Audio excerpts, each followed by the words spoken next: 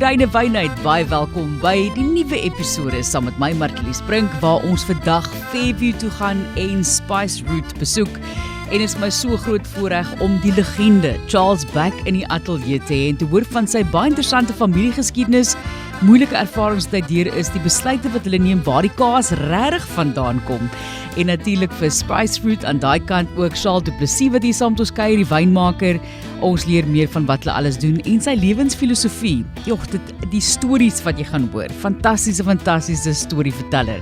Ek sien so uit daarna om jou terugvoer te ontvang en onthou vir die Reine Wynheid, jou gunsteling wyn, wat jy dink van die reeks, wat jy meer van sou wou leer.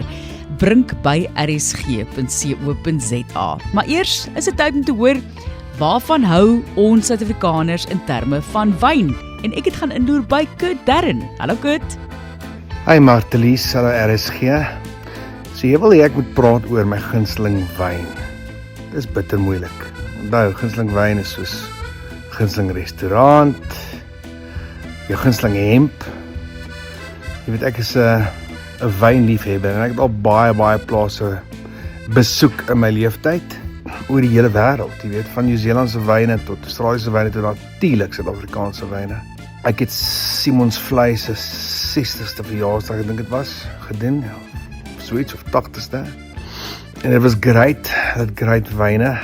Maar ek het jare terug saam met 'n baie goeie vriend van my, Martin, het ons by sy huis in PE gaan kuier.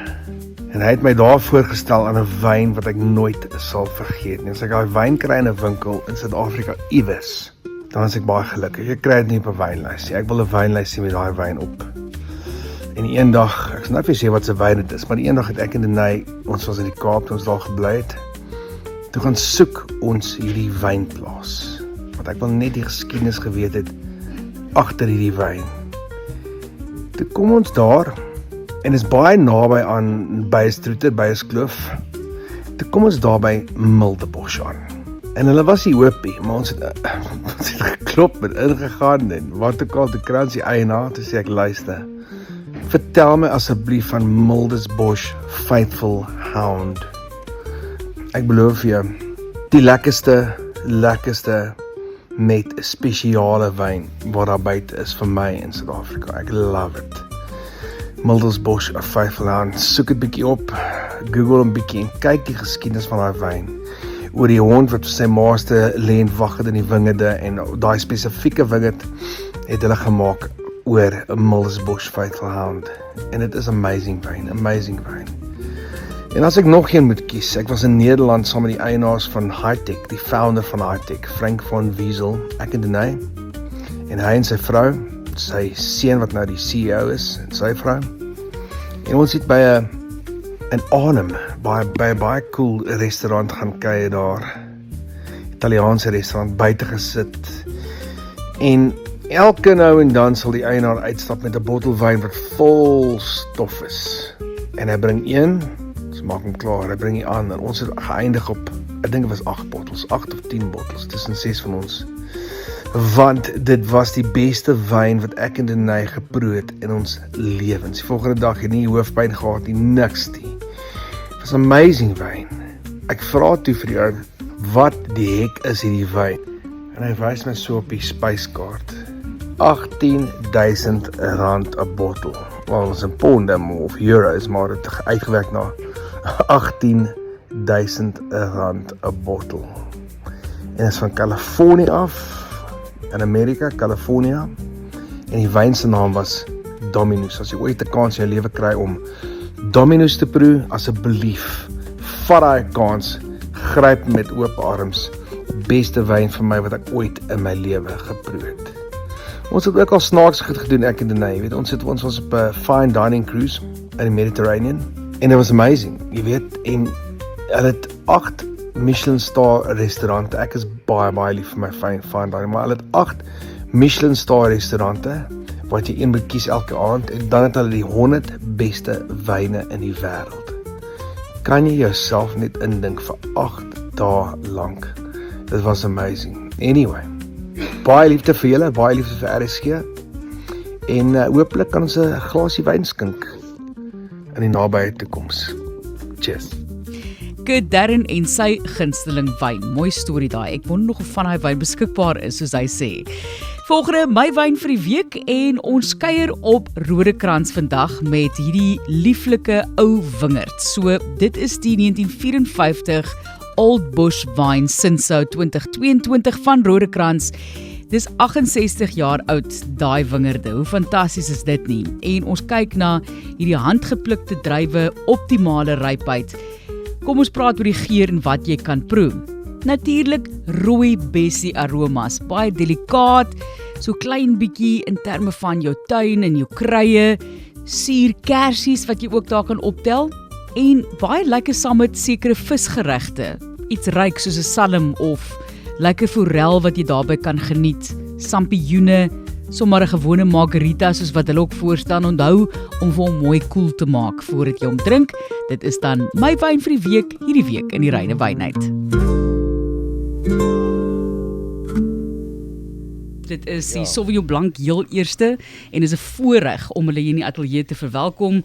Ek kan nie glo ek het hom nog nie ontmoet nie. Dis Charles Beck saam met ons hier en Charles Du Plessis, die wynmaker wat met ons bietjie gesels oor sy grootwordjare. Al die pad daar van Mossel Bay gaan ons Kaap toe kom en die rede kom ek sê ek kan nie glo ons nog nie ontmoet nie want jy letterlik, jy is om die draai van ons. My suster het vir jou gewerk jare terug. Baie welkom julle. Lekker om julle hier te hê. Baie dankie. Baie nice om hier by jou te wees. Ons gaan wyd praat vandag. Vertel vir ons van die Sauvignon Blanc voordat ons gesels. Charles, jy moet praat oor die Sauvignon Blanc. Eerste is een van Frederick se wyne.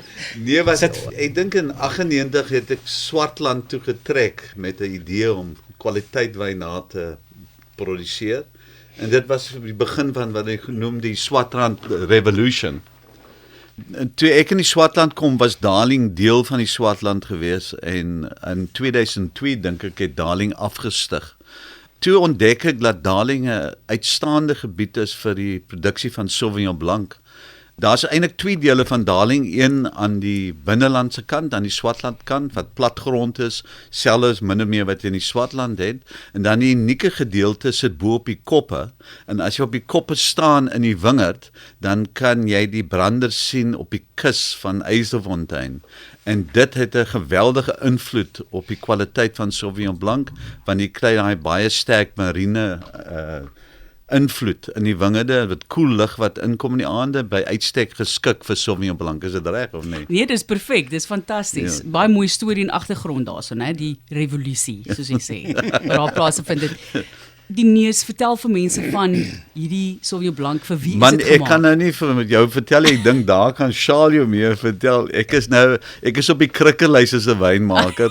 Ons is 4 op die span en ek is nommer 5, ek is maar impakspeler op die bank. Jy word 70, ek wil net sê gesondheid daarop, hoor. Ek wil jy lyk fenomenaal vir iemand wat 70 is. Dankie, dis al die goeie kaas en komplimente. dis al die kaas en wyn. Ja. Ek hou van komplimente gee, dis maar lekker. Yes. Ja.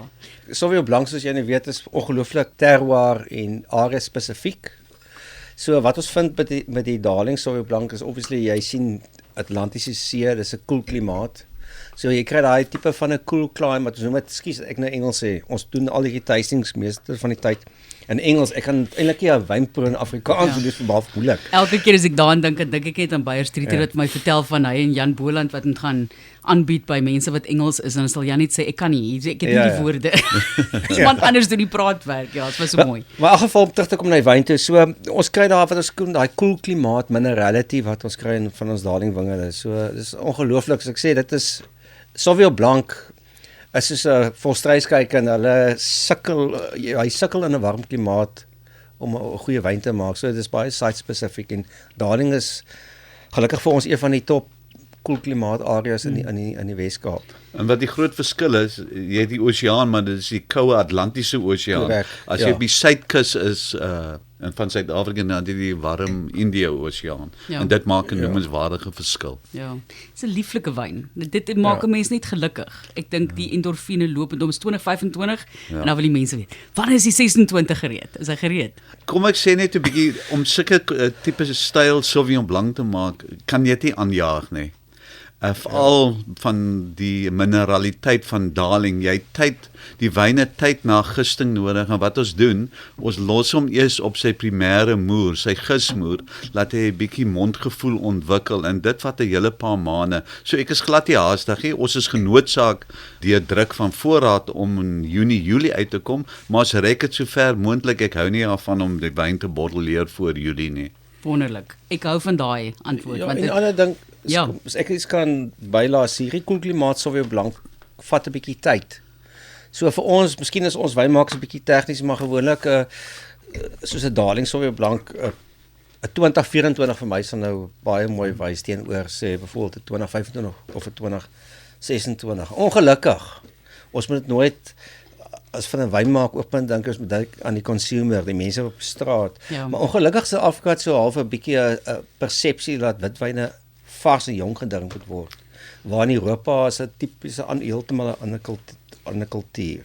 ek is so bly want dit is wat ek wil hê mense moet sê, want ons probeer mense so ver kan om te verstaan dat verouderde witwyne eintlik net fantasties Dit is is. ongelooflik. So mense moet daarna kyk, ja. En daar so 'n ander, as ek mag sê, 'n triek wat as jy byvoeg, ons sit 'n klein komponent vatgegiste Semillon. Ek dink is onder 10% hang af van die oesjaar en dit gee dit nog verder struktuur en ek verkies hierdie wyne na 'n jaar in die bottel om eerlikwaar te wees. Ja. So druppelhout wat jy daarby kry. druppelhout. Eintlik maar kompleksiteit wat daai Semillon bysit. Ja. Dit is net 'n ander dimensie. Ja. Jy gaan nie hout optel, dit is net 'n dimensie. Mense so bang. Gaan nie dit gee struktuur wat baie wyne eintlik kort. Maar ek het weer eens moenie so praat nie want ek het aandeel. Nie finansiëel nie, net in omgee. Wat is die reëls met die persentasie wat jy kan bysit vir enige variëteit? Eintlik maar kom ons praat Minder as Sauvignon Blanc. 15%. 15. Ja, goed. sodra dit meer as 15% is, moet jy altyd cultivars op die Okay, etiket. dan is dit noem. 'n versnit. Dan is dit 'n versnit. Dis Ja. hy. Ons het kaas, lieflik. Ons gaan kaas proe natuurlik. Dis Fairview Spice Route wat hier kuier. Dit dinge het so uitgebrei in die laaste dekades. Ek meen wat? Ek wil nou eintlik al praat van 30, 40 jaar wat dinge baie uitgebrei het. So ek weet die begin is baie lank gelede en ek wil net sê daar is soveel interessanthede van Charles ook in sy geskiedenis. 2006 is hy in Suid-Afrikaanse wyntydskrif aangewys as die tweede invloedrykste persoon in die Suid-Afrikaanse wynbedryf naas Nelson Mandela. En dan later is hy ook genomineer deur die Britse publikasie Harper's se invloedrykste persoonlikheid. Ons gaan nou praat oor daai dinge. Ek weet nie hoe gaan dit met die ego nie, Charles, maar ek Dit hoop gaan baie goed. Ek hoop So. Ek is goed gebalanseer, ek het 'n chip op al my skouers. ek hoop as hy enigstens 'n bietjie van 'n boost nodig gehad het, maar ek dink hy's okay.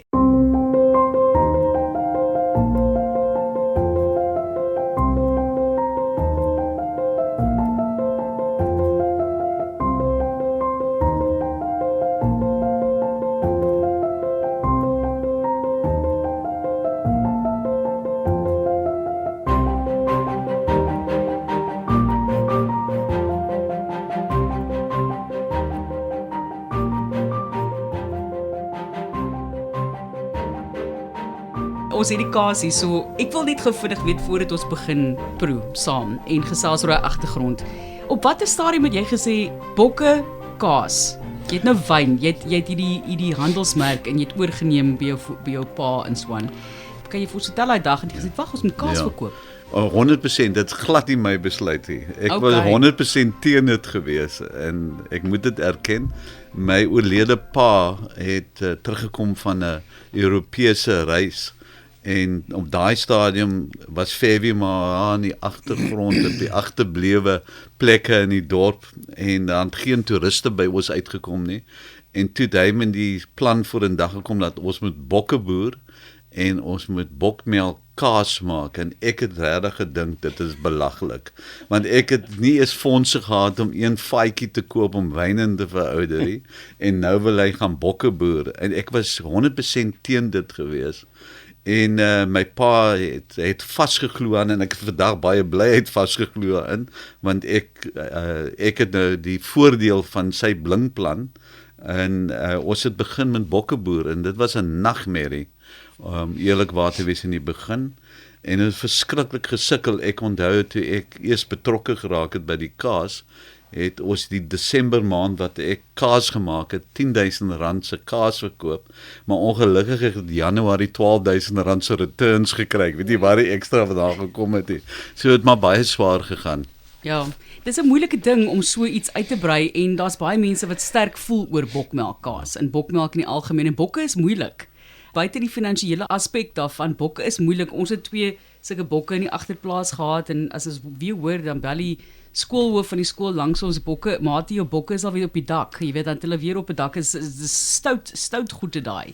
Ja, jy weet, toe ons begin met die bokke, toe Suid-Afrika op daai stadium dink ek dat Gouda kaas gehad en cheddar. Dit was maar die 2 kaase en toe kom ons met die bokmelkkaas. En niemand wou dit geëet het nie. Ek onthou toe die mense in die proekelle instap, dan het hulle bietjie geproe en dan hulle uitgehaal om die naaste blompot en van dit ontslaag geraak so gou as moontlik. En skielik toe gebeur daar iets, daar was 'n dinamika wat die mark heeltemal verander het. Eerstens was dit die gesondheidsbewusheid en cholesterol het 'n aspek geword en tweedens het die Franse 'n Kuiper kom bou en daar was 'n paar duisend ingenieurs of ten minste 'n paar honderd ingenieurs wat uitgekom het om die kragsentrale te bou. En hulle het Fairview kaas ontdek en hulle was mal oor ons bokkaas, veral hoe slegter die kaas gelyk en meer skimmel hoe meer dit daarvan gehou. Ja. En daai 2 goed het die ding min of meer verander en daarvan af het dit gegroei en vandag maak bokkaas melk. Ek dink minder as 1% van ons produksie op. Die res is almal Jersey melk wat ons vir die reeks gebruik. Ja, baie uitgebrei daar. Gaan kuier maar op die plaas, is lekker vir die kinders ook en daar's so baie om te doen en jy het verder uitgebrei. Ek wil net sê gou laasens op hierdie Sauvignon Blanc, dit is 'n gelukkige wyn, maar daar is soveel kompleksiteit daar, net as jy praat oor die neus. Daai bietjie ertjie en aspersie met oorgenoeg vrug om vir daai minerale tipe van vlakke op te maak. So dit is regtig 'n lieflike wyn. Saam met watter kaas sal jy dit nou sit? Ja, dis maar moeilik. Ek sal sê hierso is een kaas die ek dink is die derde ene, hang van watter kant af jy kyk, die een naby aan daai harde kaas, as 'n skaapmelkkaas, daai een aan jou regterkant, die tweede ene. Daai ene, ja. Ja, met die wit skimmel op. Dis nie eintlik skimmel op daai kaas nie. Daai kaas is 'n nuwe produk. Ons noem hom Triomf. Dit Triomf. Want hy het vir my 40 jaar gevat om reg te kry. En hy kom oorspronklik van 'n area in Frankryk waar hy word genoem Saint-Maur. ST full stop M-A-U-R-E. En hy's 'n bietjie hy's redelik sterk. Ja. Jo. En hy word in die Loire-vallei word baie van daai kaas geproduseer en soos jy weet die Loire is 'n Chenin en Sauvignon Blanc. So ek dink dis die natuurlike 2 wat by mekaar uitgaan. Ja, dit is so mooi verouder. So hy het genoeg tyd gehad om te verouder wat ek dink nogal belangrik is met baie van die kase. Ja, ek het vir jou 'n verouderde kaas Sien jy, bederf, mense is bederf. Soos ek genoem het, die kaas se naam is dit Triomf, dit Triumph, die oorwinning of wat sal dit wees? Ja, oorwinning. Ja, seker oor die wen of die oorwinning. Want toe my pa die oorspronklik begin het met die bokke, wou hy hierdie kaas gemaak het. Dis dit wat hy daar gesien het en hy wil dit gemaak het. En ongelukkig het ons die verkeerde skimmel wat op die kaas se oppervlakte groei om die geur te ontwikkel, het ons die verkeerde een gebruik. Ons het dieselfde een gebruik wat 'n mens gebruik op Camembert en Brie. En die kaas word nie eintlik ryp gemaak deur 'n skimmel nie. Dis eintlik 'n swam. Goed. Vind ons ek weet nie lekker hoe ek nou daaroor voel nie. Nee, so. En 'n fungi is 'n swam, dink ek, 'n fungi. Ja. En die fungi se naam is Geotrichum en dit is wat hulle gebruik in Frankryk en ek het eers 40 jaar later dit ontdek en toe noem ek dit die Triomf, die Triumph. En die kaas het fantasties goed gedoen op die kaasskoue en groot byval gevind oral en ek dink is op Woolworths se rakke ook. So dit het was 'n groot sukses vir my gewees. Baie lekker kaas, ek sê vir jou. So dit maak my nou gelukkig. Dis die beste dag ooit vir opname hierso. Sal jy bygevoeg het? Nou kan ek sien hoekom mense nie 'n wynmaker en 'n kaasmaker kan wees nie, want vir 'n wynmaker die woord skimmel en swam. Ek sit daar iets anders wil ek noem kultuur of Krisis. Ek weet nie, dis Dit volgens is my net nog gesonder as as jy iemand dit sê byvoeg. skimmel in 'n kelder, dis 'n vloekwoord. En as jy sê gis in 'n kaasfabriek het jy weer Ja, In so ek groot dink moeilikheid. jy kan 'n hybrid kaas wynmaker wees. Ja, dit is ten minste kan mens sê sampioene is in daai rigting. So sampioene is al vir jou goed, maar ja, nee, Charles, dis 'n nag weer die daai. Ons gaan nou lekker saam met hom kelder toe gaan. Maar Charles, ek het nou 'n paar goed genoem wat vir enige iemand op een of ander stadium se lewe sal laat bloos. 2017 het jy ook die 1659 wynbedryf daai toekenning ontvang, daai eer vir die Suid-Afrikaanse boer van die jaar 2017 toegeken. Vertel net vir ons, hoe voel dit om te kan sê net voordat jy 70 raak, as ek dit mag noem, Ja. dat jy hierdie nalatenskap het, dat jy hierdie naam het. Mense wat my goed ken sal weet, ek steur my nie baie aan nie, want ek kyk altyd in die toekoms. Ek dink my beste werk lê nog voor my. En die wat ek gehad het, ek is baie dankbaar daarvoor natuurlik dat ek gesondheid en die voorreg en die geleentheid gehad het om deel te neem in die wynbedryf, maar my beste werk kom nog, dink ek. Kyk, mense vra altyd aan die einde wat lê voor, maar nou jy het nou self nou weggegee hier. Jou beste lê nog voor. Waarna verwys jy as jy dit sê? Ek dink jy weet, wyne soos jou kinders, jy het hulle almal lief, maar jy ken hulle foute. En ek wil baie graag van die foute wat ek nog maak, wil ek verminder. En ek wil nog beter doen as 'n span, my hele span betrek om nog beter te doen. En ek dink die groot ding is om te help, om deel te wees, om Suid-Afrika op die voorfront van kwaliteit in die wêreld te sit. Ons kom ons aansien verbeter al hoe meer. Ja. En ek sal graag hê ons kom op 'n plek wat ons verdien om goeie aansien te hê op 'n internasionale vlak. Maar jy was mos nou oor see, hoe het dit gegaan? Elke keer as ek gaan, dan is ek baie bly om by die huis te kom. Beste deel van elke reis is wanneer jy huis toe gaan. Ek is ja, baie by die huis lief, ek aankom. is baie lief vir my land en veral waar ek bly. Dit is vir my 'n voorreg om daar te wees. Ek kom terug met nuwe idees, want deel van die reis is 'n simulasie van idees en te voel wat in die mark aangaan en te luister wat mense sê en dan dit terug te bring en met ons span te bespreek en te kyk hoe ons kan verbeter volgende keer. Ja. En ek glo in reis, veral die agtergrond waar ek vandaan gekom het ons min geleenthede gehad 50 jaar terug. En vandag het die jong mense alle geleenthede om oral te reis en dis baie belangrik. En ek dink dit speel 'n groot rol in die ontwikkeling en die verbetering van ons bedryf.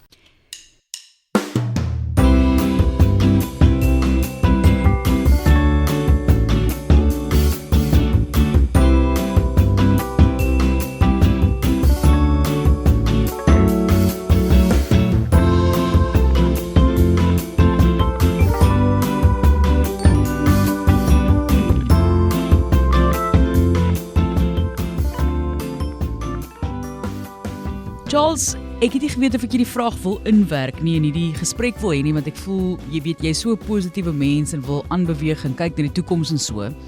Maar jy is deur 'n baie traumatiese ervaring met 'n aanval wat jy deurgegaan het. Wat 'n impak, ek gaan ook nog nie eens uitbrei nie, mense kan maar gaan opsoek, maar jy gaan 'n bietjie daaroor praat. Wat 'n impak het daai ervaring gehad op jou siening van die lewe en hoe jy die lewe benader? Ek dink die aanval, as ek nou terugkyk, het eintlik geen impak op my lewe gehad nie.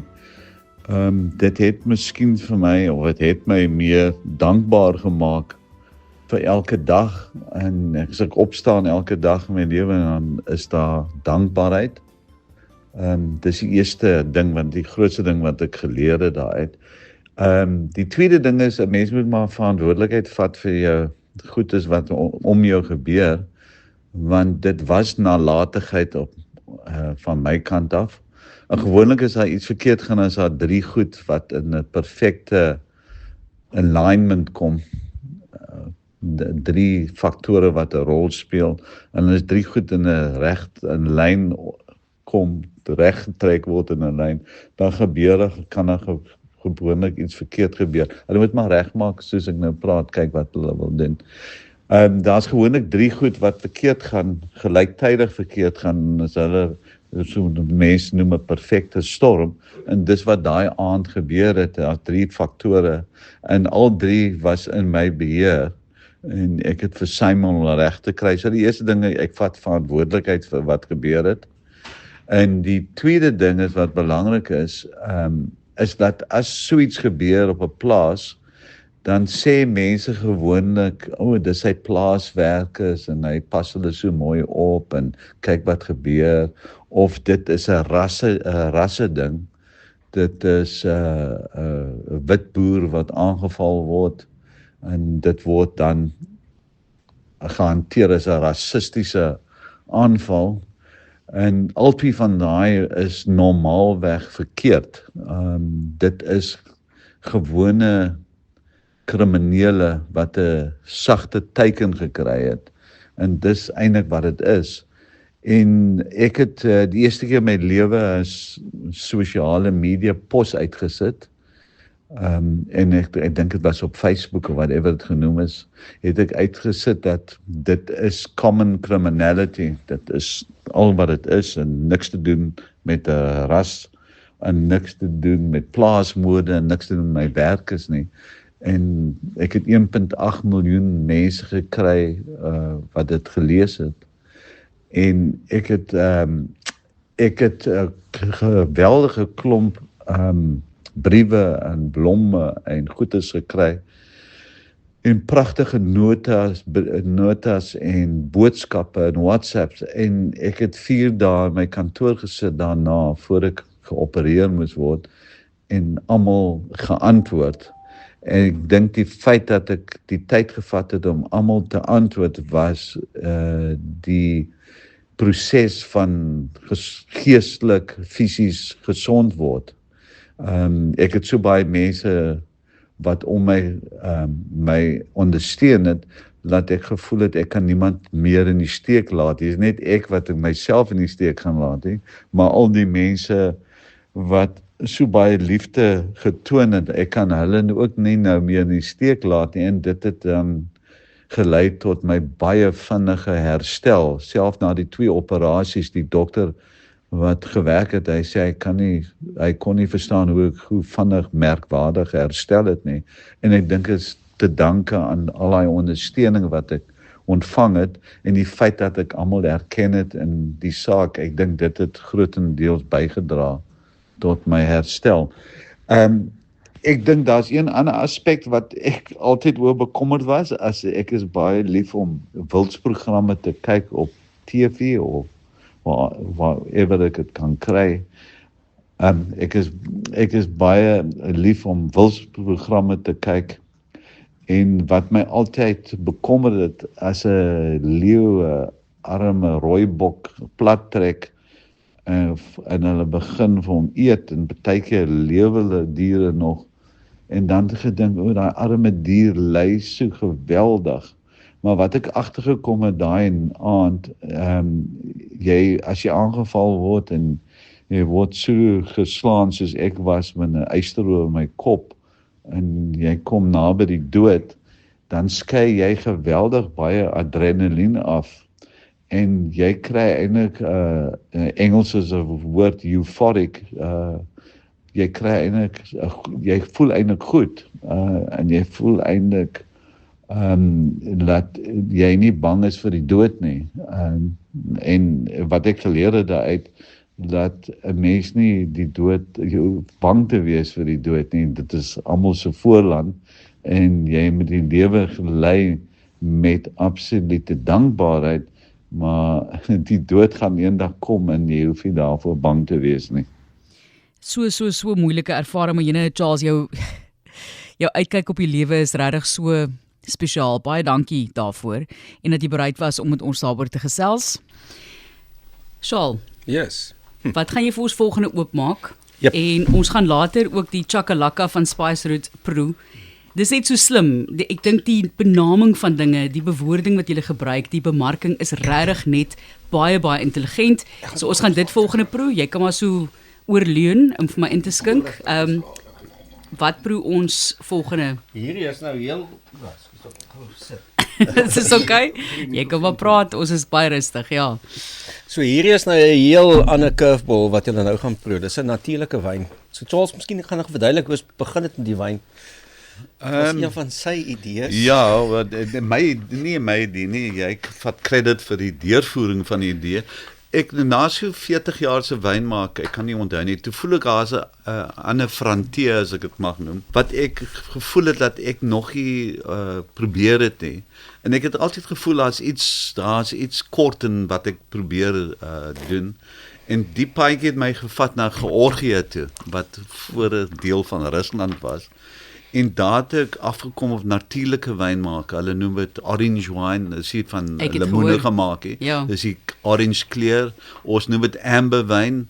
Dis eintlik wyn wat op sy doppe gegis, ek sal kan vertel. En toe ek daar kom, toe besef ek dis iets heeltemal uniek en anders, en ek dink om jong mense te betrek by wyn in die toekoms gaan authenticity kan 'n groot deel val. Natuurlike wyn maak gaan ook 'n groot deel van. En toe stuur ek vir Charles Georgië toe om gaan wyn maak daar, en toe koop ons van die kruike wat die wyn ingemaak het, maar Charles kan ons vertel daarvan. Dit moet 'n wonderlike wêreld wees om Georgië te besoek. En ek wil net sê Ja. boerewors.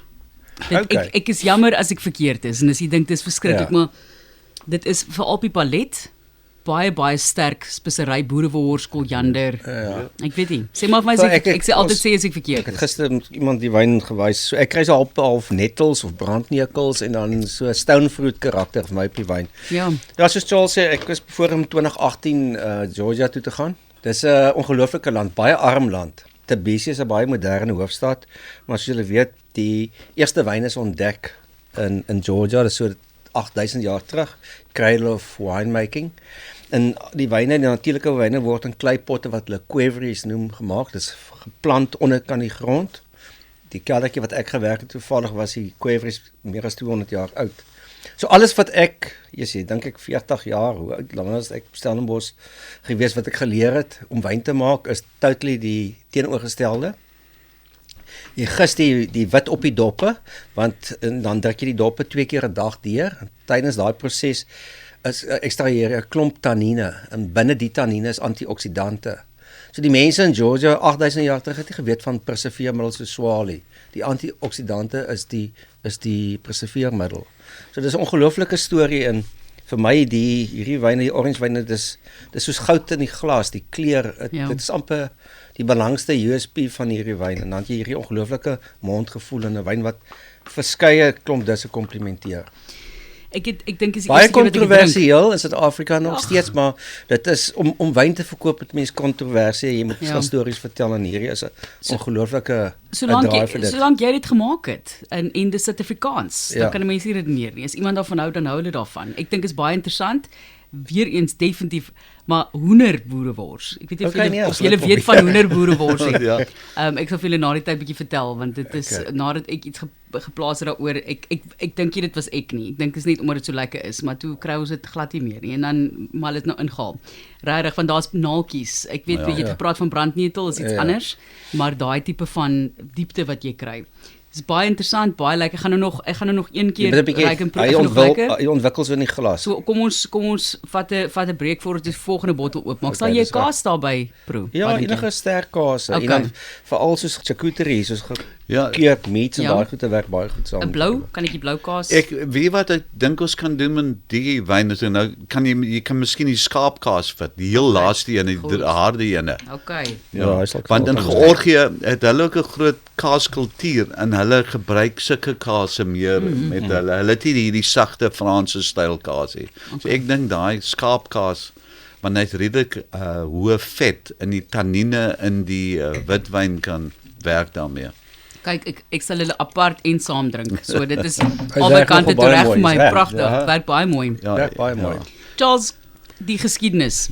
Ek weet jy het hierdie stories nou al 'n miljoen keer deurgedra. Vat eers 'n happie kaas, want die enetjie uit die kaas opgetel maar weer neergesit. Die arme man moet nou weer werk vandag. Nee, dit is reg. Soos elke dag, maar jy weet die naam Fairview, waar dit vandaan kom. Ons kan nou kom by Spice Route en ontwikkeling en die uitbreiding, maar jou familie wat 1902 het jou voorvaders in die land ingekom. Vertel vir ons van daai geskiedenis, jy's 3de generasie soos ek verstaan. My oupa het van Litouwe afgekom, wat deel was van Rusland op daai stadium. Hy het in 1902 in die Kaap aangekom, tipies immigrant, geen geld, baie drome en harde werk. En hy het begin werk op die dokke in Kaapstad. En sy eerste werk was om die klippe aan te dra vir die hawe muur. Hy was 'n redelike frisserige ou, kort en sterk, maar hy het 'n ongelukkig baie ligte vel gehad. En die son het hom beet gekry in Kaapstad. Jy kan nou dink, jy kom van die toue af en hulle toue winter en jy val hier in Kaapstad die somer uit en jy moet nou klippe dra. En dit het nie baie lank gehou nie en toe het hy besluit hy gaan 'n werk soek in die middestad. Toe loop hy in 'n slaghuis in, toe vra die ou of hy werk het. Toe sê hy, ja, toevallig is daar 'n geleentheid. Hy kon nie Engels of Afrikaans praat nie, hulle so in die hande beduide. Toe word hy 'n butcher boy. En dit beteken met die counter skoonmaak en dit en toe gee die ou van die eerste werk van wat verantwoordelikheid het was in daai dae het ons botter ingevoer van Nieu-Seeland af en dit in Suid-Afrika aangekom in 'n 100 pond blok in 'n houtkrat. En sy eerste werk was om die 100 pond blok op te sny in 100 enkelponde. Sjoe. En hy het verskriklik goed gedoen. Ek hoor hy het 103 blokke uitgekry. Ja, ek weet nie hoe lus hy vir botter was daarna nie. Nee, maar baie anyway, ryk. in ruil vir die akkurate snywerk het die eienaar van die slaghuis vir hom 'n pond botter gegee elke keer en dan het hy afgestap na die parade toe hy het die botter geëet, hy het die ding. Toe ruil hy die botter vir druiwe. Sure. En ek dink dit snaaks genoeg hoekom ek in die suiwel en die wynbedryf is daai ruil seker daar is in my DNA vasgevang dat dit is wat ek wil doen. Anyway, 'n lang storie kort en dit kan aangaan vir ure, het hy hom bevind in die Parel waar hy onder met finansiering van die baas in Kaapstad 'n slaghuis kon oopmaak in die Parel by Parelstasie, gebouetjie is nog daarso. Pragtig, ja. Toe maak hy die slaghuis oop op Parel naby Parelstasie. En die deal was dat hy die vleis by hoofkantoor moes gekoop het in Kaapstad en die vleis het met die melktrein aangekom.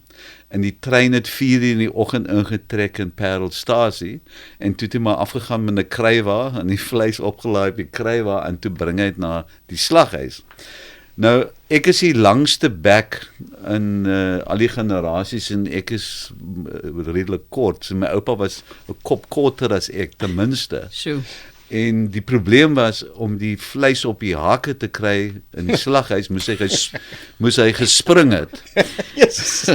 En jy weet Litoue is nou nie bekend vir rugby nie en as hulle wel was sou hy nie 'n lynstaan springer gewees het nie. En hy het sy spring mistime en toe hak hy sy hand op. Oh, Toe hang hy in die slaghuis tot die eerste kliënt ingestap het en toevallig was die kliënt van die Lou familie wat Babylon Storing besit het. ja. En toe hak hy my oupa daar af en 'n paar dae na toe sê vir my oupa hy wil altyd geboer het, hy weet my oupa wil boer en daar's 'n plaas in die mark, die plaasnaam is Babylon Storing, stel hy belang om te koop en te koop my oupa Babylon Storing in 1916 en Babylon Storing se naam het later verander na Backsburg wat tot op onlangs deur my neef besit was. Hy het 2 seuns gehad, die tweede seun Cyril, my oorlede pa, wou ook geboer het en te koop hy Fairview in 1937 en dis hoe ek in die wynbedryf gekom het. So die naam Fairview was daar gewees. Toe my oupa dit gekoop het, was dit Fairview, maar iemand met insig het tyd voor dit, ek dink seker 100 jaar terug, het die naam verander, het was Bloemkoolsfontein. Ja, bloemkool, daar's mos 'n wyn ook. Ja, op die see. Bloemkoolsfontein en Bloemkoolsfontein het iemand verander na Fairview. Vandag dink ek sal dit beter wees om weer Bloemkoolsfontein te noem as Fairview, maar dit is wat dit is. Baie unieke naam daai. Dit vang nogal mense, maar Fairview is maar common naam. Charles se mooi uitsig. Ek weet nie, ek dink dit is baie idillies vir die mooi uitsig wat jy wel in elk geval het. Ja, veral van my huis af, die oorspronklike opstal is in die berg en van my huis af het ek 'n uitsig op Tafelberg wat baie spesiaal is. Ja, daai hele area, dis eintlik 'n baie idilliese deel van die Parel en so aan, as ek maar nog sê, dis uit die Parel uit bietjie regs, maar dit is al naby genoeg dink ek. Ons gaan nou 'n bietjie verder gesels oor daai geskiedenis, maar Charles, jy's van Mossel Bay. is hy. Hoe het jy in die bedryf beland? Vertel vir ons O, dis van daai agtergrond. dis is so 'n romantiese storie soos Charles die glad nie. Ek wou eintlik baie graag enige jong seentjie wat wildbewaarder geword het, agterkom die betaling is swak, obviously. Lankal daar net en besluit toe dat ek na die weermag besluit ek wil 'n veearts word. Toe vind ek uit is 7 jaar. Dis hopeloos te lank. Gaan ek Elsenburg toe. Ek het so 'n bietjie my vakke was animal reproduction en veekunde. Toe sien ek eendag die 10 studente wat kelle tegnologie doen. Hulle het so cool gelyk met hulle gumboots en 'n T-shirts met die sap. Toe het ek een aand ook soos teruggekom van Stellenbosch, so 'n bietjie redelik Coca-Cola gehad. Die aand toe het ek probeer met my eerste poging met wyn was 'n pampoenwyn. Ek het 'n groot boerpampoen uitgerol, suiker ingooi en 'n pakkie Anchor hier onder die bed gelos. En so na 2 weke, ek het amper die hele koshuisgang het ek in die hospitaal laat beland. Sjoe. Ja, en toe het ek my vakke verander en ek is vandag gelukkig dat my gekeer as een van die 10 studente en Wonderlik. so ek kon glad nie van 'n wyn agtergrond. Daar's geen wingerde. Daar is seker nou al deesdae in Mosselbaai en daai area, maar daar was nie daai tyd gewees. Ja. Op watter stadium het jy by Spice Route betrokke geraak? Ek het daar begin, my eerste oesjaar was 2002. So ek werk nou al 24 jaar saam met hom en hy kan nog steeds uit al daai tyd al gesê gaan aftree, tree nog steeds ook nie af nie. Wil jy hy moet aftree? Is jy nou moeg? Kan jy nou nie maar net doen? Hy jou eie loer ding my doen nie? soveel oor ons skouer, so maar dis fyn. So Kyk, hy ek moet nou baie diplomatiese antwoord hierso gee op hier. ek voel al wat hy nou hoef te doen is om 'n mooi gesiggie te wees. Ja. Jy weet wat ek bedoel. Hy sal nooit aftree. Nee, dit is fantasties. Ek dink dit is Ja. wonderlik. Bly betrokke solank as wat jy wil en dit vir jou van waarde is. Jy weet as 'n mens nie meer relevant is, dan moet jy weet. Daar En is ek 'n- dink my span om my insluitende Charles sal gou vir my laat weet Ja. as ek nie meer relevant is nie. Is baie moeilik dink ek want ek meen enigiemand ervaar dat 'n jonger generasie kom in, jy moet vir hulle plek maak en jy wil nog steeds ook bestaan. En voel jy dra by. Ek dink is 'n belangrike ding. Ek meen jy weet ek is nou nog nie daar waar jy is nie, maar mens voel dit maar baie keer. Charles, vertel vir ons van Spice Route of dalk kan julle net vir ons bietjie sê waar die naam vandaan kom en Charles, hoekom julle besluit het om so uit te brei met Spice Route? Ons weet daar's 'n diep geskiedenis in Suid-Afrika daarmee. Ek dink toe na my pa oorlede wil ek definitief sterker in wyn, meer in wyn ingegaan het. Ons was op daai staan baie betrokke, maar dis eintlik my passie. En toe kom ek op Mamasbury en 'n lang storie, weet ek 'n tank wyn geproe in die koöperasie en die tank wyn was 'n Sauvignon Blanc van die Swartland en ek kon nie glo die wyn was so uitgesproke nie. En toe het ek gaan kyk waar die wyn vandaan kom en toe koop ek die plaas dieselfde dag. Die plaas se naam is Klein Amoskuil. En toe koop ek hom in 98.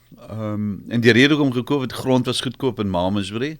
En dit was 'n maklike manier om addisionele druiwe te bekom en ek het 'n idee gehad van die kwaliteit want as Sauvignon Blanc so goed gedoen het in 'n sogenaamde warm area kan 'n mens jou net indink hoe Rhône variëteite sou doen. En toe sluit 'n jong wynmaker by aan, naam van Eben Sadi. Hy was die eerste wynmaker. Ek dink hy was daar vir 4 oesjare saam. 4 oesjare.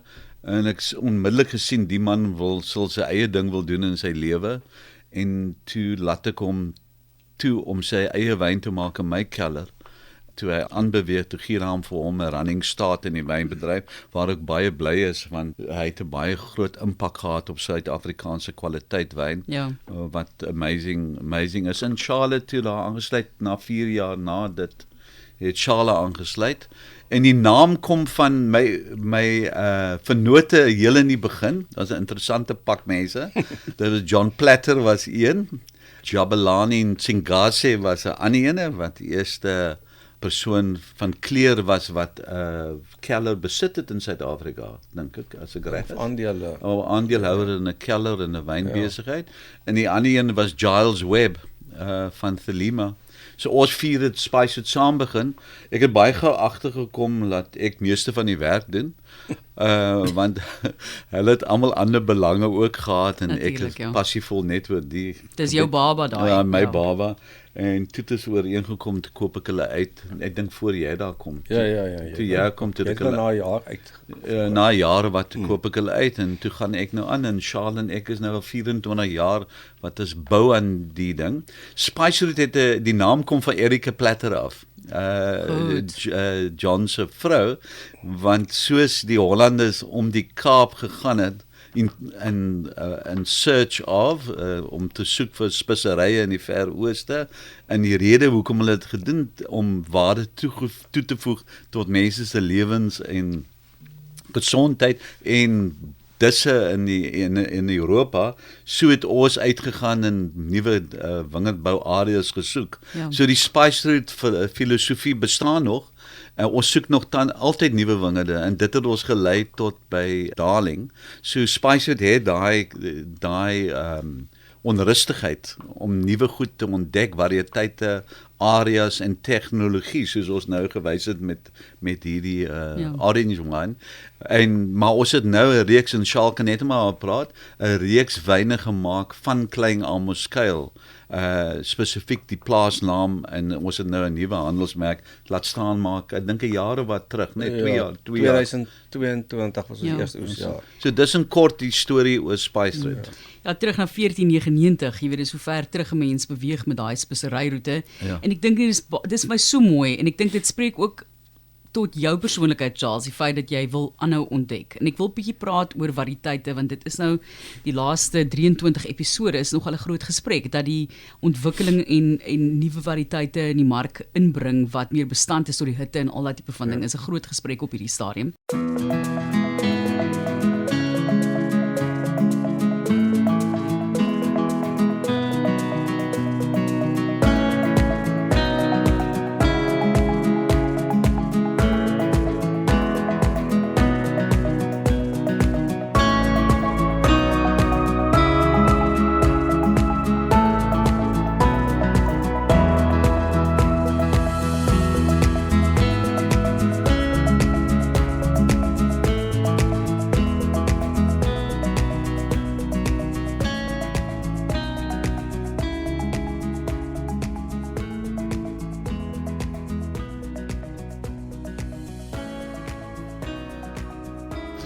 Vertel vir ons die Spice Route en julle kan vir ons 'n bietjie vertel waar die druiwe oral vandaan kom. So ek weet dis baie wyd waar julle gaan soek sekerlik.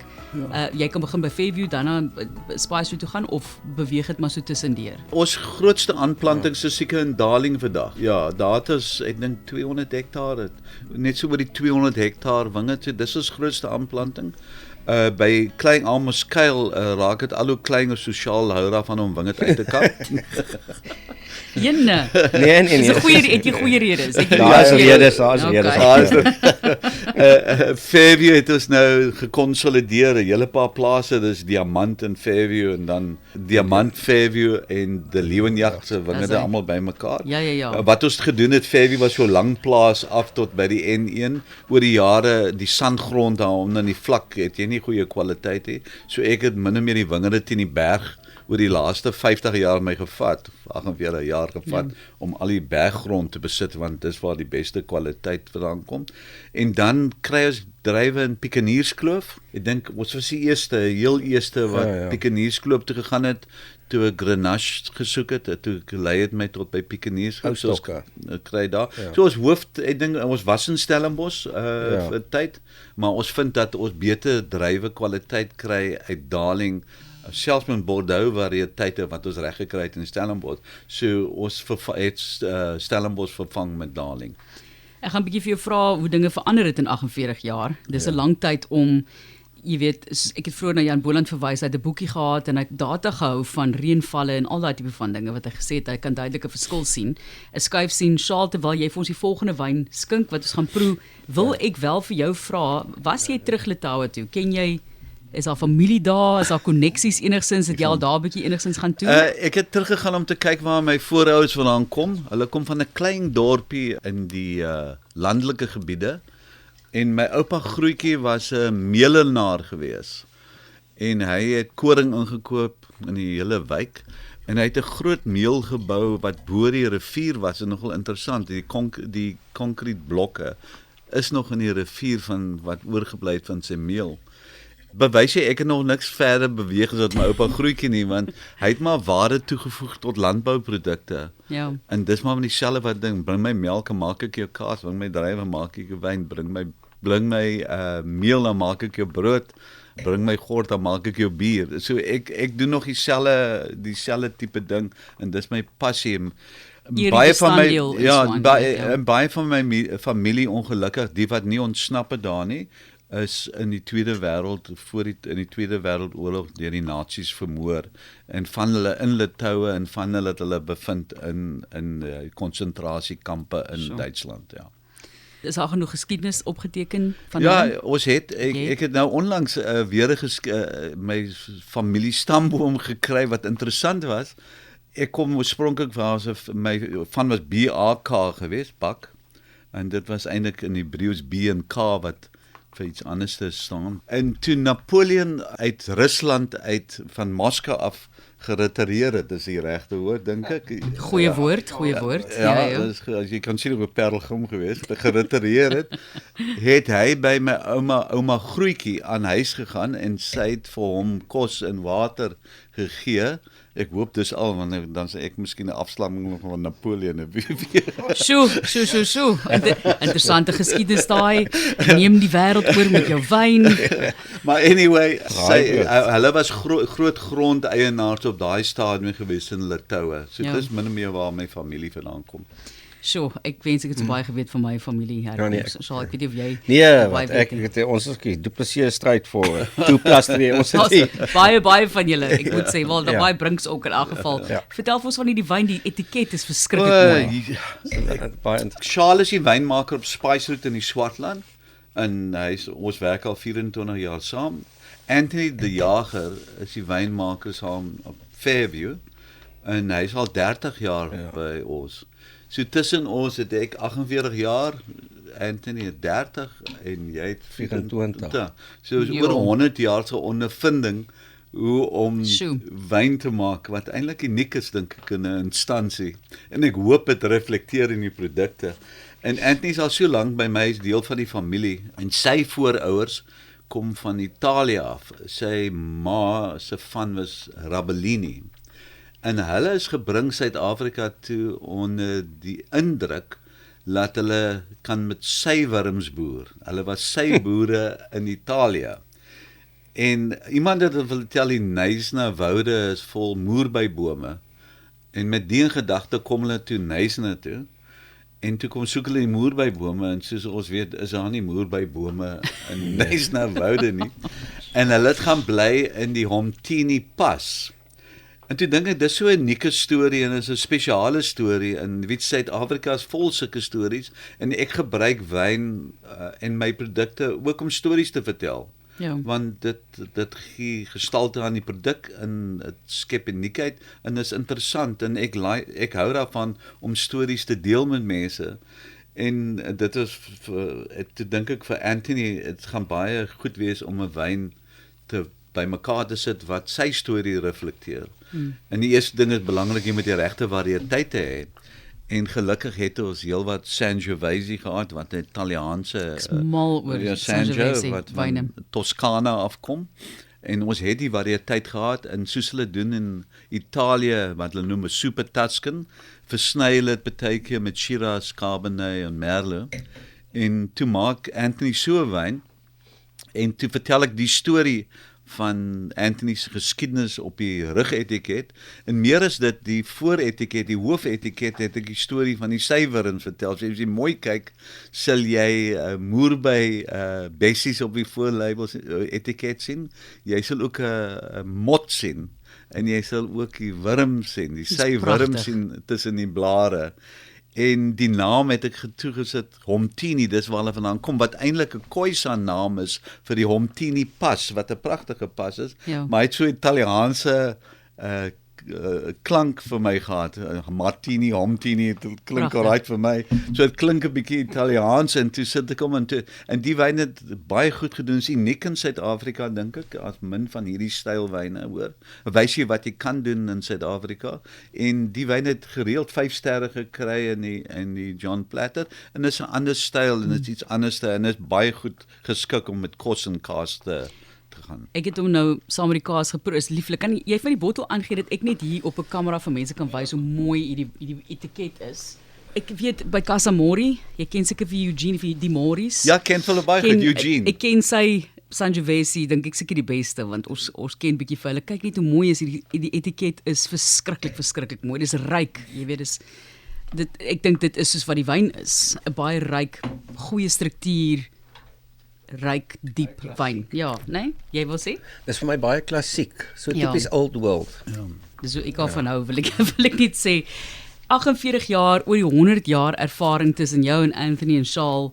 Dit is baie data. Jammer dat ek die woord data gebruik. Alles is mos nou data. Van jou perspektief af, Charles, as mens net kyk na Suid-Afrika en hoe dinge verander en ontwikkel het in die laaste 5 dekades, die klimaat en daai tipe van ding, wat sien jy? Ja, ek dink die global warming situasie is 'n realiteit. En met dit gedagte moet jy kyk na koele areas en dit hoekom daling onmiddellik 'n groot komponent bydra tot ons produksie. En dan moet jy kyk na variëteite wat hittebestand is. En daarvan Shiraz is altyd goed in Grenache is by uitstek goed by hitte. Carignan doen baie goed. Ek dink ons sal meer plant in Carignan in die toekoms want hy hou sy natuurlike suur onder warm kondisies wat baie belangrik is vir kwaliteit wyn. Ons hoor baie meer van Carignan. Kan jy vir mense wat nou glad nie dit ken nie, net so 'n idee gee van wat dit ook geur gesproke by die profiel byvoeg, buite in die waarde in die wingerd. Hy's baie speseryagtig sal ek sê. Carignan Sy nikste kenmerk vir my is 'n natuurlike suur, veral wat ons in die Swartland doen. Hy het ook 'n relatiewe dun skil, so hy het nie baie tannine nie, hy het baie vrug ook. Okay, dankie. Vrug en spesery. Ek het al van dit geproe, maar ek dink die mense ken dit mos nie so goed nie. En dit is 'n baie goeie wyn om te versny want jy het hierdie vrug en die vaste suur. Toevallig ek was nou toe ek in Engeland was, toe sit ek daar in my hotel in 'n kroeg en toe is daar net wyn by die glas. En toe sit goedkoop wyn. Toe vra ek, gee my 'n glas wyn, 'n rooi wyn, toe gee hulle vir my 'n glas Carignan. En dit was die wine by the glass, ja. En ek was so beïndruk met hierdie Carignan, ek het nou 'n foto van die wyn terug huis toe gebring. So dit wys my Carignan het meer potensiaal as om net 'n wyn te wees vir versnyding. Ja. Dit kan 'n enkel variëteit.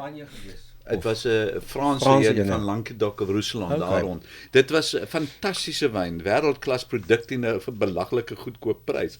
En ek gaan 'n bietjie meer werk in Carignan sit die volgende paar jaar.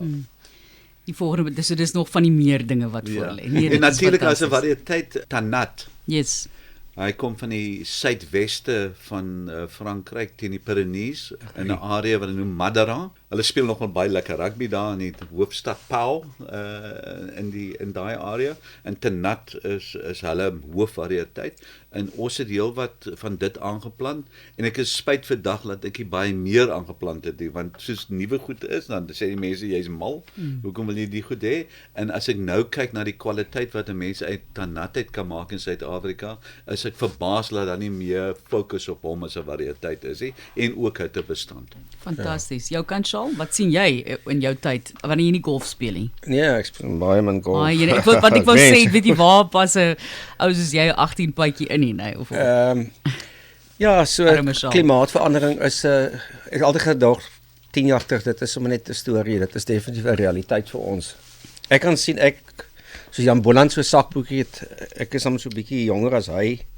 Miskien lyk ek nie so nie, maar ek het dit is op die rekenaar. So ek monitor al die reënval op Klein Almeskuil Spaaisveld van 2009 af. Elke millimeter. Ek kan weer sien daar's 'n verskywing, ons reën kom al hoe later in die Wes-Kaap. Okay. Ek dink ons is ver van dat ons nog gaan sommer baie reën kry Oktober, November, Desember. Goed.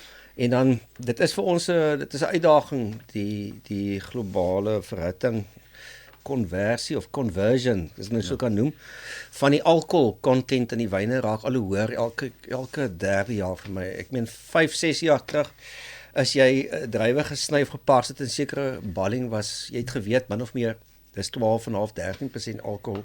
Deesdae is die wyne se alkohol 14,5 op dieselfde suikergraad. So ek weet of daar 'n aanpassing is aan die giskulture, het sy inokuleerde gis of natuurlike gis nie, of dit iets is met die samestelling en van die wingerdstok en die analise nie, maar daar's definitief veranderinge en daar's 'n bietjie uitdagings en soos Charles sê, vir my, Shiraz in die koel area so Darling is nou vir my deesdae amper meer elegant en beter wyn as wat ons 10 jaar terug in die Swartland gemaak het. Dinge verander definitief. Dit is maar die son en die hitte, die gekonsentreerde alkohol in 'n periode van tyd waar almal mik vir iets laer. Laer alkohol. Ja. So dat Daar's 'n kontroversiële aspek van wynmaak en ek glo in minimum intervensie in goed. Maar ek dink global warming is 'n man-made fenomena. Dit is gemaak deur ons. En jy gaan nie meer natuurlik maklik uitskakel nie. Nee. So wat ek voorstander daarvan is om alkohol te verwyder in 'n eindproduk. Ja. Want dan ons het te hoë alkohol in baie van die produkte en dan haal jy alkohol uit deur triosmose. En jy sit nie al die wyn deur triosmose nie, jy sit 'n klein gedeelte van die wyn oordoen jy deur triosmose en dan sny jy dit terug en bring ons die alkohol na hanteerbare vlakke. En wat is hanteerbare vlakke? Ek dink vir witwyn tussen 10 en 12,5 is 13 miskien. 13 sê met die houte gister. Ja, dit is aanvaarbaar in rooiwyn tussen 12,5 en 13,5. Daai tipes die bane waar ons wil beweeg. Dit is net vir my belangrik om dit te noem. Ek het al so baie dokumentêre en onderwerpe gedoen oor klimaatsverandering. Ek dink die ding wat mense nie verstaan nie is nie dat dit nie tot 'n mate 'n natuurlike proses is nie, is dat ons dit vinniger maak. En dit is die kokerbome kan nie vinnig genoeg migreer om dit te oorleef nie. Dis die krisis. Dit gaan nie oor die feit dat 8 jaar dit is 'n natuurlike siklus nie. Die siklus is vinniger en dit is ons maak dit vinniger. Dit is ek noem dit maar net altyd, ek dink mense sien nie daai aspek daarvan nie. So dit gaan nie oor die feit dat dit nie al in millennia in 3 miljoen jare gebeur het nie. Dit gaan oor die feit dat dit te vinnig gebeur vir spesies om aan te pas. Een ding oor alkohol, jy weet daar's 'n groot beweging, 'n gesondheidsbewust beweging oor alkoholverbruik. Ek het nou baie navorsing gedoen die laaste paar maande in die verbruik van alkohol en die rol wat dit speel in 'n mens se gesondheid. En as jy 'n glas wyn 'n dag sou drink, 'n goeie glas wyn, verkieslik 'n Fairview of 'n Spiceroot of 'n klein Amstel, en is veral rooiwyn, daar's resveratrol in rooiwyn wat 'n antioksidant is. En as jy 'n groot glas rooiwyn inkry elke dag, gaan jou lewer dit eers nie optel nie. Dit gaan nie 'n negatiewe impak op jou lewer hê. As jy meer drink, natuurlik, dan begin jou lewer 'n bietjie harder werk om van die toksine wat alkohol is om uit te skei. Maar daar is definitief navorsing en genoegsame bewys daarvan as 'n mens wyn gebruik om 'n tafel en jy het goeie kos op die tafel en goeie geselskap, het sy vriende of familie en jy breek brood saam en jy eet byvoorbeeld skaapmelkkaas of bokmelkkaas wat hoër in vet is of van die Jersey melkkaas eet dit by en jy sit jou selfoon weg. En jy sit en geniet mekaar se geselskap, daai feel good hormone, die endorfine word afgeskei en daai tyd wat jy so interact met familie en vriende is baie meer bydra baie meer tot jou gesondheid toe as jy bietjie negativiteit van 'n ekstra glasie wyn of 2. Die belang van daai sosiale koneksies. Die sosiale en ek dink wyn is een van die min drankies wat daai sosiale koneksie en bande kan bevorder. En as jy kyk na die sogenaamde blue zones in die wêreld, ek dink Sardinië is definitief een van hulle waar mense baie maklik oor 100 jaar oud word en daar die oordeelkundige gebruik van wyn met goeie kos en goeie geselskap en goeie bande tussen mense meer as kompenseer vir die bietjie nadelige, bietjie ekstra werk wat jou lewer moet doen. Die dominee het gepraat op wel, ek sê vir jou. Ons het nou hierdie wyn nog in die glas, 'n volgende een en dan moet julle vir ons die kaase weer bietjie inbring. So wat gaan ons die chakalaka volgende proe? Ek sien baie uit daarna. Ek dink dit kan met enigiets gedrink word. Ek dink op 'n stadium het julle nog 'n chakalaka spesery ook bekend gestel. Ek het dit nog by die huis. Ons gebruik dit nog op van ons. Ek gee jou meer inligting. Sorry meneer. Nee, dis lekker. Jy gesels heerlik. Jy kan net aanhou praat. Ek wil heeldag vir jou sit en luister. Julle doen soveel meer as net wyn en kaas op die plaas. Vertel vir my wat julle nog alles doen. Ek dink jy het olywe, daar's heuning. Dis baie wyd, né? Of hoe in 'n lieflike restaurante waar mense kan gaan sit en lekker Wat ek probeer kyk doen uitsig. is, vandag is wyn een van my hoofpilare in my besigheid en sal altyd wees. Maar mens kan nie net staat maak op wyn alleen nie. Die ou dae in die 70's onthou ek sal 'n mens ver gery het vir 'n kussie Cabernet. Daai dae is lankal verby. So jy moet die toeriste wat die moeite vat om na jou perseel te kom, moet jy respekteer. En wat wil hulle hê? Hulle wil 'n verskeidenheid goed hê wat saamgesnoer is die een filosofie. En ons filosofie is altyd om uitstekende produkte te gee teen billike pryse. Jy kan altyd goedkoper wyn kry 100%, maar teen kwaliteit, die kwaliteit-prys verhouding moet die beste wees. Ek is onrustig as ek daar heel bo op daai hoop is nie. En kom mense vir verskeidenheid produkte en dan as jy kaas doen, dan gaan goed by die kaas. Preserves, jampies, whatever, dat sit ons by die kaas. Dan jy kaas, jy het die brood nodig. Dan maak ek ordentlike brood op die plaas wat saam met die kaas en die wyn kan. En dan olyfolie natuurlik ook. So ek is eintlik 'n Bybelse boer. Ek dink as jy kyk na die bestanddele, hoofbestanddele, is dit net uniek nie. Olyfolie, brood, kaas en wyn. Dit is my laaste maal. Ek het eers die kaas nodig met liefde gesê. Geen nie die brood, die olyfolie, die wyn. Daai is my sout en peper. Dis my laaste maal. Dis hoe ek van hom hou. Die chakalaka, hierdie neus meneer. Vertel vir ons. Dis wat ons noem is mooi. 'n tipiese Swartland versnit, 'n mediterrane versnit is gemaak van 6 verskillende kultivars. So ons gebruik altyd die 6 selfde kultivars, is net die persentasie wat verskil van jaar tot jaar. So alles word apart gemaak, apart verouder in vate. 'n Paar van die kultivars noem vir ons. So Shiraz, Mourvedre, Grenache, Carignan, Petit Syrah of Durif en Tannat. Goed. So ons het die moederblok van Tannat en Petit Syrah op ons plaas by Klaarmeskuil. Ja. Eerste aanplantings. En toevallig toe ons net gepraat het oor Carignan, ek dink in hierdie spesifieke oesjaar is Carignan se persentasie die hoogste. Die hoogste, hy is eerste, ja. Okay. So ek het ook so 'n bietjie vir 'n soft spot vir Carignan. So die Omtini was nou vir Anthony. Wat is vir jou? Waarmee speel jy en vertel jou storie? Golf en jag. Ek weet. So die Swartland is obviously 'n warmer area. Nog nie so warm soos die Parel, maar ons is 'n droëland, alles bosstokke. En hierdie kultivars is gemaak vir die Swartland area. Dus hulle kan enige ekstreem kondisies kan hulle hanteer. Ek sê altyd vir mense, ek sal Grenache op die strand kan plant, sal by Kamsbaai, daai stokke sal wraggies groei in Kamsbaai. Sjoe. Dis dierstokke daai. Dit sal dierstokke wees. En dit is ekstreem kondisies om wingerdbou toe te pas, maar dit maak ongelooflike wyne en elegante wyne. En dis 'n versnit, as jy mens mooi aan dink, ook die top famous wyne in die wêreld is almal versnitwyne. Ja. So die wyne, ons die wyne blind vir die komponente ook. Ons versny vir elegansie. Sjoe. Die wyn moet wat ons noem seamless wees. Hy moet linger op jou tong en dan obviously as jy nou dink 'n kombinasie van hierdie mediterrane kultivars is altyd so sal baie oop aromaties speseryagtige neus wees ook. En wat kan gaan saam met verskeie disse en dan so op sy eie ook. Mense dink Bordeaux, maar die Bordeaux versnit is 5 wyne. Jy weet mense besef nie 'n goeie Bordeaux, dit is maar met lank wag vir die bottel Bordeaux deur die keel kan kry. Hierdie wyne is dadelik reg. Dis die 2023 Chakalaka van Spice Route. Dit is so mooi gebalanseerde wyn. Ja. So jy het jou spesery en so aan, maar ek meen die neus is so elegant en hy die struktuur wat hy vir jou gee, maar elegansie. Dis al so 'n elegante wyn. Ja. En hy moet konstant elke oesjaar presies dieselfde wees. Dit is dis die ding, nee. Wat is hierdie ouens daar van Tassenberg wat so honderde wyne elke jaar moet proe? Want dit mag nie enigsins varieer van die vorige jaar presies dieselfde smaak. Ons gaan ek dink nog laasens dalk die stok by Paaltjie kan proe, maar die kleiner bottels. Ons kan miskien gaan na jy kan kies. Ek dink ons slaan hom oor. Okay. Ons slaan oor na ek dink ons gaan na die rooi ene. Okay. Goed.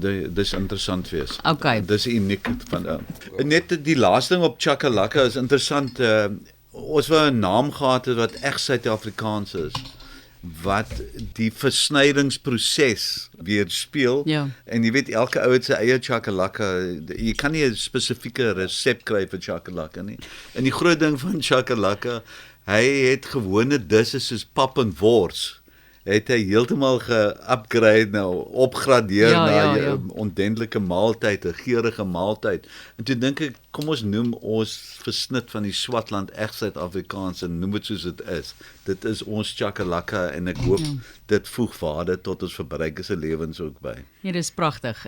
Dis al hoe lank is die handels die chakalaka al aan die mark? Al lank. 2007. Jo, so is 20 jaar oud. Dit was Charles se idee. Ek het aanvanklik glad nie van die naam gehou nie. Regtig. So ons het hy kom my 2007 eers convince dat ons hierdie wyn die naam moet maak, want ons kon sekerlik al 2004 al die eerste chakalaka. Ja, ek was seker. Maar het my Ek 4 het nie jaar baie gevat om in op die naam nie, maar Ja. as ek 'n sent kan kry vir elke keer wat ek oor die wêreld die naam moes verduidelik, was ek al lank al afgetree. Maar Ek het golf gespeel en gejaag. Maar hy sê so lekker. Jy weet wat ek bedoel, so wat die chakalaka. derde bol is 'n chakalaka. Chakalaka, mooi, dis pragtig gestel.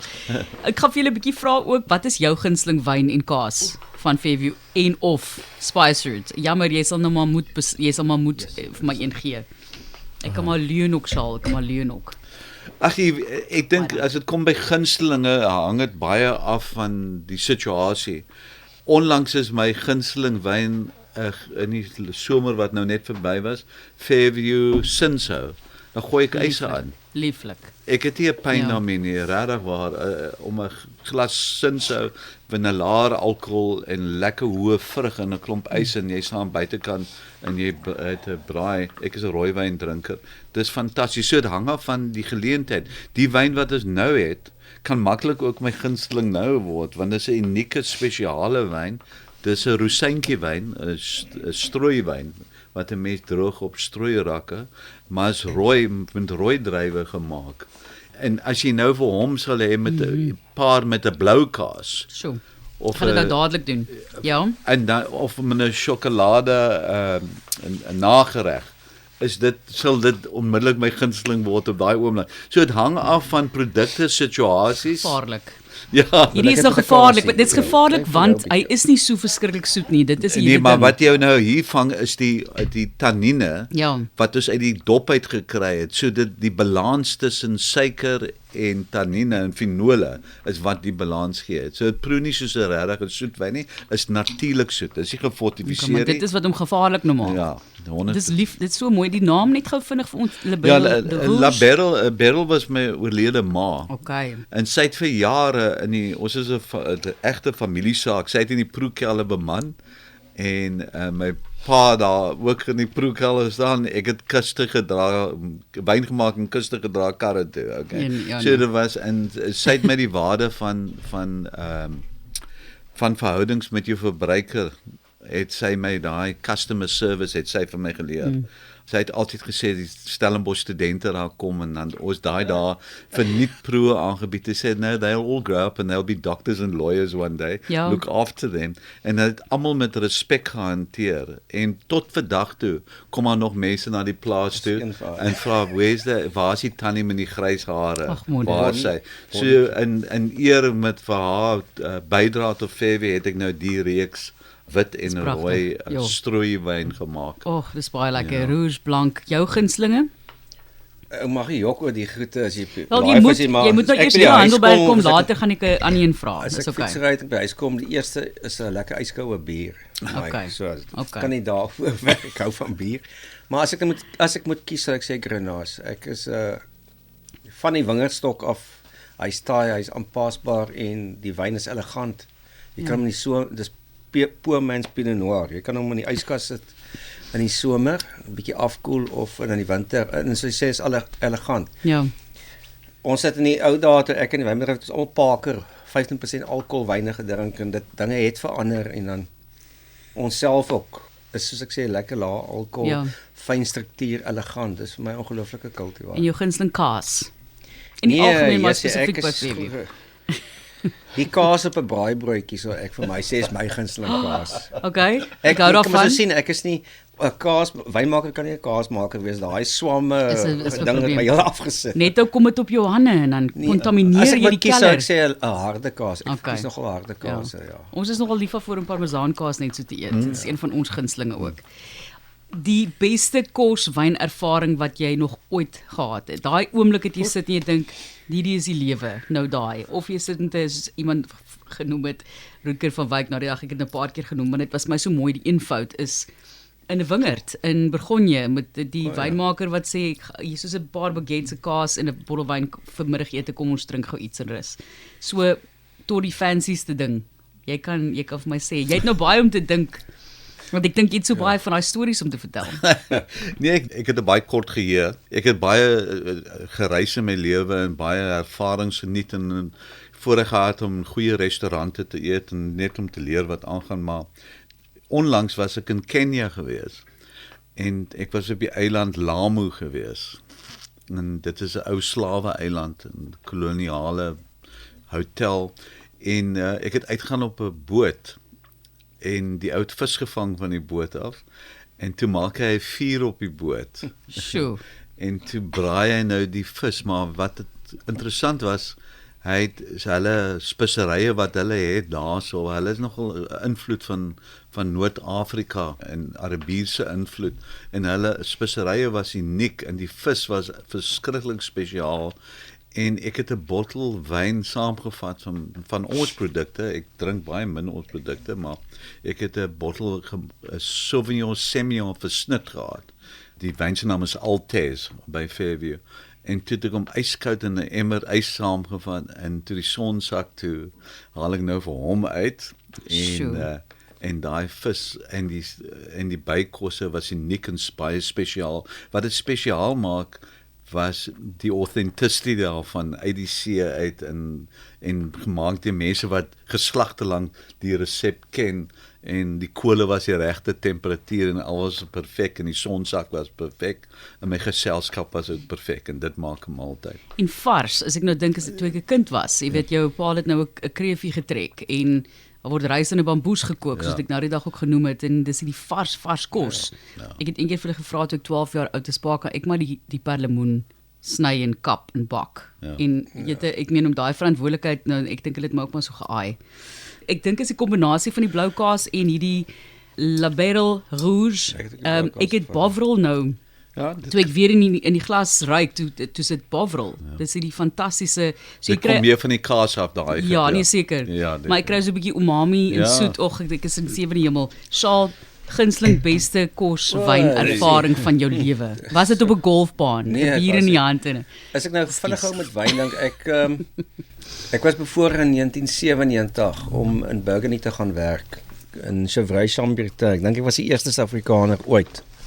Want al die wynstudente van Montpellier wil almal in Codenoy of in Chevreuil gaan werk. En tot vandag toe het ek nog nooit my lewe 'n bottel Pinot Noir gemaak het. Dis nou die ander ironie. En die laaste dag dat ek daar gewerk het was Pierre Valley. Toe het hy 'n bottel wyn so toegemaak op so stainless steel staanetjies. Dan was die laaste dag van die oes. So die trekkers word opgemaak met blare en noem dit doucha. Tequila Dog, dis hulle oes afparting. Toe het hy nou vir my die bottel gemaak en my gesê ek die oesjaar skat. Ek het geskat was in 1990 het ek geskat. Toe was dit in 1970 uit, was een van die top oesjare van Chevreuil gewees en dit was net 'n ongelooflike ervaring. En die wyn was net absoluut ongelooflik. Kos, ons travel altyd baie, maar ek duik so bietjie. So ek skiet so 'n bietjie vis en ek haal kreef uit en alle krikke. En as jy dink daai drie om dit uit te haal is baie maklik. Maar om daai bly goed skoon te maak, die alle krikke, ek is baie finiek met skoon wees. En dan hoe ek pelle en dan kyk jy wat deur nie, want daai alle krikke moet gemaal word, die vis moet skoon, die kreef gekook word. Pelle, sies vir julle man. Maar as ek al daai bord sit en ek sien die ouens geniet dit. Dit is gee vir my so 'n bietjie van 'n ek sal jou al die krik vir jou skoon maak. Dit sal vir my die grootste vreugde in die wêreld gee. Al die krik. Ek hou van dit om dit simpel te doen. Fantasties. En met 'n braaibroodjie. Met 'n braaibroodjie. Okay, natuurlik. Ek wou nou net sê. Net laastens, jy weet as jy nou dink aan die wêreld en die geskiedenis en jy het verwys na Napoleon, die moontlike jy weet voorvader en so iets, maar as jy nou saam met enigiemand 'n glas wyn kon klink, enige iemand lewend of dood, wie sal dit wees? Charles, wil by jou begin. Jy mos vinnig moet antwoord, né? Ek dink Barack Obama. Ja, Ja. Dis 'n moeilike. Dit sal interessant wees vir my. I mean, daar's baie anders, maar as die eerste ding wat in my kop sal kom, ek sal nogal graag met hom wil. Ja, hy het ook die wêreld al gesien, hè. Ja, ek dink definitely. Ek bedoel, ek het natuurlik die wêreld gesien as president, nou. maar ek dink nou is sommer daar in Kenia ook uit moes wortels in Kenia ook. Kenia sy pa kom daarvan af slaagsinnig. Ja. So miskien is dit my onlangse Kenia trip wat my ding Nou Ja, weet ek op die nie. voorgrond En sjaal. dan ek dink Einstein sal ook interessant wees. Ja, o ja. Hy sal ook interessant wees. Ja, lekker. Nie Ek dat is- ons baie geselskap kan deel nie. Ek het die maar my gevoel hy is die wiskunde tipe was nie van my sterkste punt is. ek dink weer hy sou seker 'n baie oop en toeganklike ou gewees het, soos die Brian Cox fisikus wat ek dink baie oop is vir mense. Solank mense net 'n oop kop het en vra, is hy bereid om te antwoord. Ek praat nou sulke goed want ek probeer vir Sjaal tyd gee. Ja, nee, ek probeer dink Wie is jou gunsteling sanger? Wat 'n band geniet jy en so? Ek sê old school Neil Diamond se musiek. Maar Neil Diamond is 'n perfekte keuse. Ja. Lekker, nou maar toe. Ja, miskien die laaste ou wat 'n dinosaur gesien het om te. En dit sal ook interessant wees. Ja nee. Kyk, ek meen hulle fossiele moes nou ontdek na die vloede. Daarso in Clarence, Ja, ek het nuwe gelees fossiele daarvan. wat hulle nie weet wat dit is nie. Want ek moet net sê Neil Diamond het hom nou Red Red Wine geskryf. So ek dink dis heel gepas. Ek moet julle nou ongelukkig groet. Dit is my verskriklik swaar want ek wil nog baie praat, maar ons kan maar laat loop, maar ek gaan vir julle groet. Ons nog die nuus voorberei. Dankie vir alles wat julle doen vir die wynbedryf. Charles, die feit dat jy avontuurlustig bly, dat jy wil ontwikkel, voortgaan. Ek is jammer vir jou Sjaal dat hy nie lyk asof hy eendag in 'n tyd gaan aftree nie. maar op die ou end dink ek saam is dit so 'n sterk handelsmerk op verskillende vlakke. Daar's baie dinge wat op Spice Route ook gebeur. Jy maak lekker pizzas daar, so wat is nog alles daar in die gang terloops? Ja, soos gin, Gin. wildernis daar, natuurlijk. Chocolate. die goed verander so daar, chocolate, die Fietsry, broodlokaal, fietsry. fietsry. Bestemmings. Dis bestemmings Ja, waar Destination. Pilates, daar's baie goeie Pilates. Okay, doen Die jy beste Pilates studio in die doen jy land. Pilates, Charles? Een keer 'n week Okay. probeer ek. Dis hoekom hy so goed lyk. Ek sal met Pilates begin doen. Gesondheid, julle baie Ja, dankie vir dankie. alles. Cheers. Ek hoop ons sien mekaar binnekort. Nee, definitief. Ja, nee, definitief. Ons was al so baie dae gewees, maar ek wil definitief weer kom kuier, ek wil alles kom proe. Alles in rustig sit. Baie dankie julle en dankie Lisa vir die reël.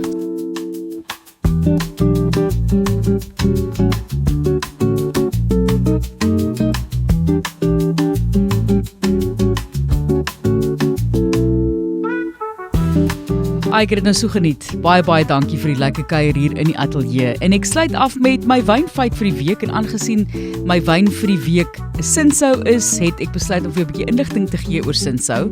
Dit word natuurlik verskillend gespel. Partykeer met 'n L, partykeer sonder die L, Sinsou of Sinsalt.